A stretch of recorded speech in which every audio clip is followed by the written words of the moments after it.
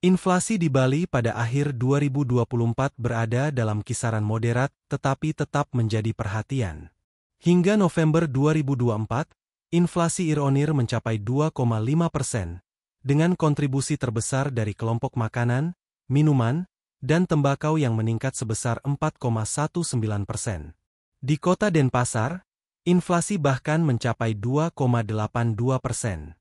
Beberapa faktor utama yang mendorong inflasi meliputi kenaikan harga canang sari, daging babi, bawang merah, dan sigaret kretek mesin, SKM.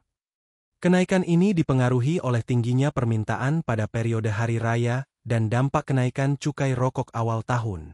Pemerintah dan Bank Indonesia di Bali telah menerapkan langkah-langkah untuk mengendalikan inflasi, seperti operasi pasar murah, gerakan tanam pangan cepat panen, serta distribusi pangan yang lebih luas melalui mitra distributor dan toko pangan.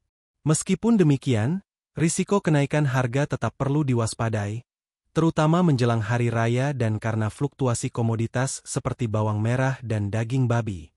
Langkah pengendalian yang berkelanjutan diharapkan dapat menjaga inflasi dalam kisaran target nasional sebesar 2,51%.